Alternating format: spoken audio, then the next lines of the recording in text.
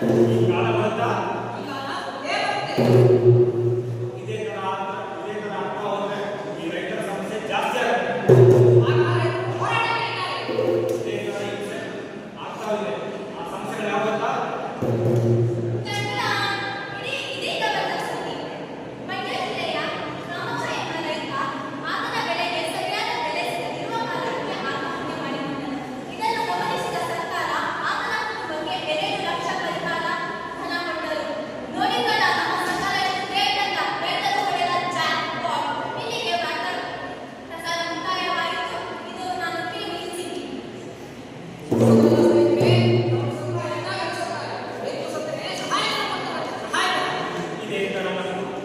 ಇದೇ ತರ ನಮ್ಮ ಪರಿಹಾರ ಸಮಿತಿಯನ್ನ ಎಷ್ಟೋ ರೈತರು ಆತ್ಮಹತ್ಯೆಗೆ ಶರಣರಾಗ್ತಾರೆ.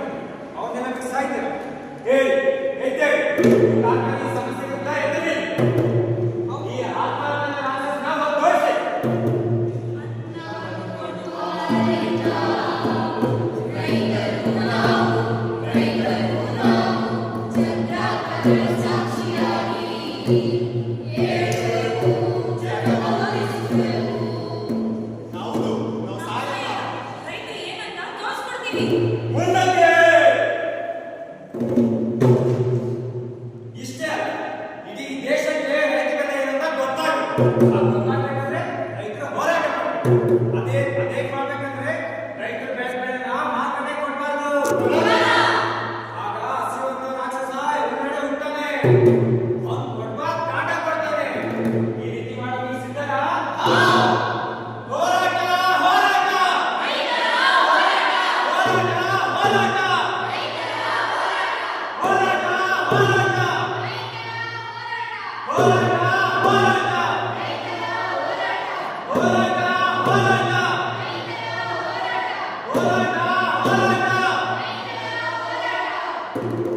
ಅಯ್ಯೋ, ಬಸ್ಸು, ಬಸ್ಸು. ಅಣ್ಣ, ಅಣ್ಣ, ಒಂದು ತನ್ನ ಇದ್ರೆ ಕೊಟ್ರಣ್ಣ. ಹೊಟ್ಟೆ ತುಂಬಾ ಹಸಿತೈತೆ. ಅಣ್ಣ ಅಣ್ಣ ಅಣ್ಣ ಈ ಬೆಳೆ ಕೇಳೋಕೆ ಅಂತ ಹೋಗೋದೇ ಒಬ್ರು ಕೂಡ ಆಗಿಲ್ಲ. ಕಾರಣ ಏನು? ಈ ರೈತನ ಹೊರಗಟ್ಟಿದ್ದಾರೆ ಅಂತ ಇದ್ದಾರೆ. ಏನನ್ನ ಮಾಡೋದು? ಹಸಿವು ಹಸಿವು ಅಣ್ಣ ರೈತಣ್ಣ ಹಸಿವು ಹೊಟ್ಟೆ ಹಸಿದಾಯ್ತಣ್ಣ ಎಲ್ಲ ತಿನ್ನೋಕಿಲ್ಲ ತಗೊಳ್ಳ ಹಾ ಅಣ್ಣ ಅಣ್ಣ ಕಾಯ ಬಂದಿದೆ, ರೈತರ ಕಾಲ ಬಂದಿದೆ. ಕಾಯ ಬಂದಿದೆ, ರೈತರ ಕಾಲ ಬಂದಿದೆ. ಅಣ್ಣ ರೈತಣ್ಣ ತಪ್ಪಾಯ್ತಣ್ಣ ಅಣ್ಣ, ಹೋರಾಟ ಮಾಡೋದ್ ನಿಲ್ಸಣ್ಣ. ಮತ್ತೆ ಒಮ್ಮೆ ಮಾಡೋಣ.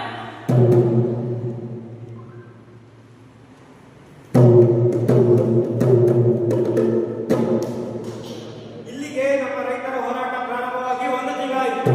ಎಲ್ಲೆಡೆ ಹಸಿವನ್ನು ರಾಕ್ಷಸ ತಾಂಡವವಾಗಿದ್ದಾರೆ. ಈಗ ರೈತರ ಹಕ್ಕು ಏನಂತ ಅರ್ಥವಾಗಿದೆ. ತಕ್ಷಣ ಇದೀಗ ಬಂದ ಸುದ್ದಿ. ದೇಶಾದ್ಯಂತ ರೈತರ ಹೋರಾಟ, ಸರ್ಕಾರದಿಂದ ಹೊಸ ಆದೇಶ.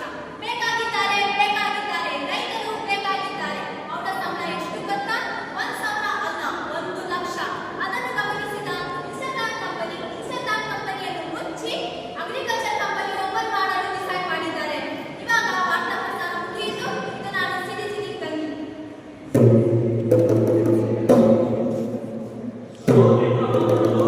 ಹೌದು, ನಾನು ಈ ದೇಶದ ಅಗಾಧ ಶ್ರೀಮಂತ. ನಾನು 2 ಗಂಟೆ ಹಣ ಕೊಡ್ತೀನಿ.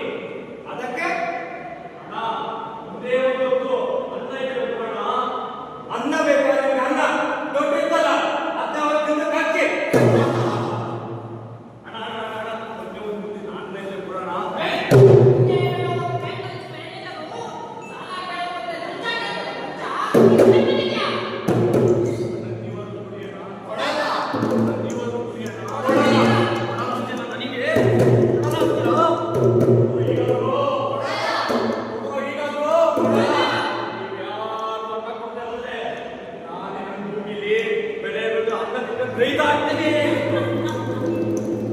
ನೋಡಿದ್ರಲ್ಲ ವೀಕ್ಷಕರೇ, ರೈತರು ಹೋರಾಟ ಮಾಡಬೇಕಿದ್ರೆ ಏನೆಲ್ಲ ಅನಾಹುತ ಆಗುತ್ತೆ ಅಂತ. ರೈತರನ್ನು ರಕ್ಷಿಸೋಣ